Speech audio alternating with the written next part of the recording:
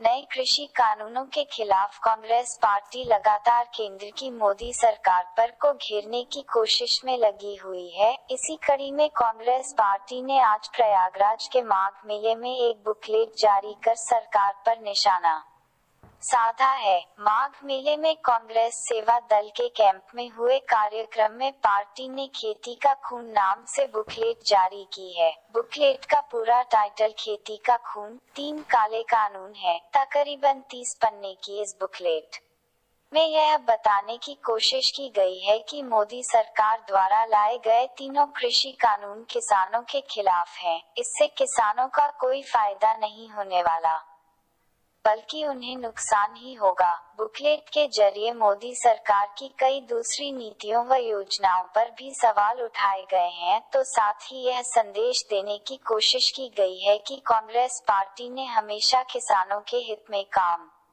किया है। नए कृषि कानून किसानों के खिलाफ हैं। इसी वजह से पार्टी किसानों के आंदोलन में उनका साथ दे रही है और इन कानूनों का सड़क से लेकर संसद तक विरोध कर रही है। कांग्रेस सेवा दल द्वारा जारी की गई इस बुकलेट का विमोचन पार्टी के वरिष्ठ नेता और पूर्व राज्यसभा सांसद प्रमोद तिवारी ने किया। इस मौके पर सेवा दल के कई बड़े पदाधिकारी व पार्टी के अन्य नेता भी मौजूद थे। पार्टी ने इस बुकलेट को जल्द ही पूरे देश में किसानों के साथ ही आम लोगों के बीच भी बांटने का फैसला किया है। पार्टी नेताओं का कहना है यह बुकलेट मोदी सरकार की किसान विरोधी नीतियों की।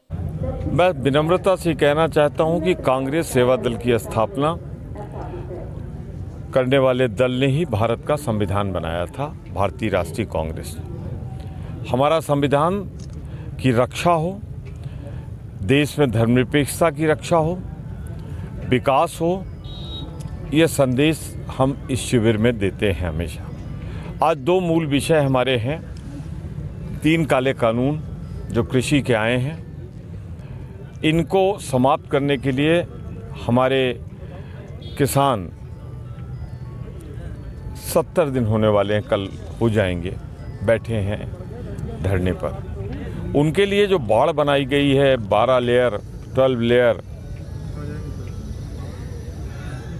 काश ये सुरक्षा कवच लद्दाख की सीमा पे होता, अरुणाचल में होता, तो शायद हमारी सीमाओं की पवित्रता भंग नहीं होती। भारत की सेना महानतम सेना है, शक्तिशाली सेना है। आज राजनीतिक इच्छा शक्ति की कमी की वजह से ऐसा हो रहा है। तो हम यहाँ पर आए हैं कि ये तीनों काले कानून जो खेती का खून करेंगे, और मैं स्पष्ट कर दूं कि ये तीनों काले कानून अगर लागू रहे तो सिर्फ किसानों का नुकसान नहीं होगा, हिंदुस्तान का नुकसान होगा।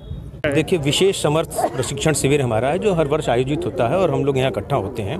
लेकिन जो वर्तमान सामाजिक, राजनीतिक और आर्थिक चुनौतियाँ जो हैं, जो परिदृश्य में, उससे निपटने के लिए हम सब यहाँ पे बौद्धिक प्रशिक्षण कर रहे हैं। और वैचारिकी के धरातल पर, वैचारिकी का युद्ध हो रहा है हिंदुस्तान में, और वैचारिकी के धरातल पर हम अपने को मजबूत साबित करके संघ की विचारधारा के खिलाफ हम जंग लड़ने का ऐलान करने जा रहे हैं। जो आने वाले दिनों में 2022 और 2024 में इतिहास बदलेगा और कांग्रेस आएगी और संघ की विचारधारा को लोग को नेस्तनाबूद कर देंगे हम लोग।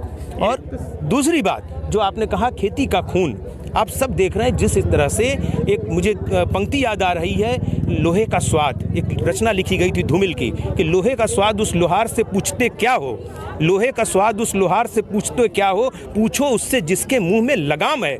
जिसके मुंह में लगाम आज किसान जो हल चलाता है, उससे नहीं पूछा गया खेती के बारे में, बल्कि अडानी से पूछा गया। एमएसपी के बारे में अगर सुरजीत सिंह फूल से पूछा गया होता, टिकैत से पूछा गया होता, तो शायद ज़्यादा सार्थक हो गया, लेकिन वो अंबानी से पूछते हैं। तो इसलिए हम सब इस आज़ादी की लड़ाई एक नई लड़ने जा रहे हैं, और इस जंग में किसानों के साथ वैचारिकी के धरातल पर उतरकर संघ की विचारधारा को नेस्तनाबूद करने के उद्देश्य से हम सब यहाँ एकत्रित हुए।